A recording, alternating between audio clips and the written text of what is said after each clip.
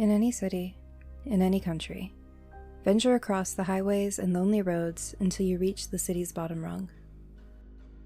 Walk among the ones society has cast away, beggars and poor picked raw by the demands of those better off. Should you come across a scruffy man under a large oak tree holding a bottle of liquor in a paper bag, his shirt sweat-stained and his pants muddied, do not be afraid to ask him if he knows the one who calls itself the holder of the Adversary. More than likely, he will smile knowingly at you, like an old friend with whom you've just shared an inside joke. Do not be alarmed. The man knows of the one you search for. The less fortunate of us often know things we will never dream of. He will guide you to a manhole and casually slide the lid off with one grimy boot. Tossing you a small flashlight, which flickers precariously, he will urge you down into the darkness. Once inside the putrid womb of the sewage system, you will come to realize that it bears no unpleasant scent. No scent whatsoever, in fact. But turning on the flashlight and gazing at your surroundings, you will notice you are in a round room. On all the walls will hang partially decomposed bodies, their owners forever suspended in a state of half-awareness, feeling all the pain and horror of a body withering and rotting around them. Corpses litter the floors, and you may notice that one nearly touches you. Do not shrink back. To show cowardice would invite no creature or entity that you would do well to know. Once you have observed your surroundings, the smell will arrive. It will be the most awful thing you could imagine. Human and animal excrement, sulfur, rotting bodies, burning flesh. You will want to claw your nose from your face, and the watering of your eyes will nearly blind you.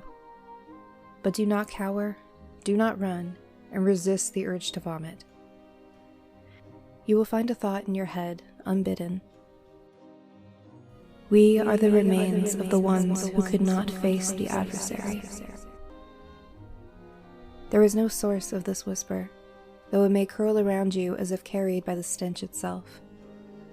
Suddenly, the bodies will rupture and burst, one by one, releasing more of the horrible stench and bathing you in rotted bodily fluids and slimy chunks of human refuse. The corpses will then sink to the floor, and what rises from the slurry is a creature of pure beauty. Man, woman, or something else entirely. It depends on you yourself. It will not be possible to shake your gaze from this gorgeous, naked human until you realize that the creature is an idealized caricature of you. Confident, heart-achingly gorgeous, smiling a gentle, patient smile. It will be everything you yourself could ever desire to become. You will be overcome by a sudden jealousy, a total anger, a need to annihilate this perfect you. Do not give in, no matter how strong the temptation. If you do, you are doomed to the Adversary's wrath, the eternal torment of the damned you have witnessed prior. There is only one question you must ask the exquisite creature. What could they destroy? The holder of the Adversary will laugh at you melodically, condescendingly, and will explain to you as though you are a small, stupid child exactly the answer to your question. It will spare no details, even the most horrific. Though horrifying, the story will be interesting and calming to listen to, and you will find yourself absorbed in a childlike fascination with the holder. You may liken its story to one told to you by a loved one or a guide when you were a child, and you will know that you now have the key to defeating the Adversary, that which the damned could not acquire. At the end of the story, the holder will ask, smiling pleasantly, "What will you do now, my child?" If it asks you anything else, or tells you something different, your fate is sealed. And when you eventually emerge from the sewer, the ragged people you have encountered will descend upon you like ravenous animals, and tear you apart with tooth and nail, feeding on your body. There is no escape, only the knowledge that it will happen. Regardless of your fate, the holder will place an object in your palm and close your hand around it.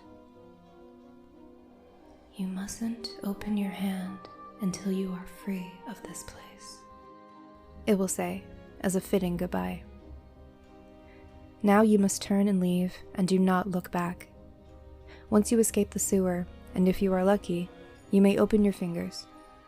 What you will find there is a green plastic army man toy.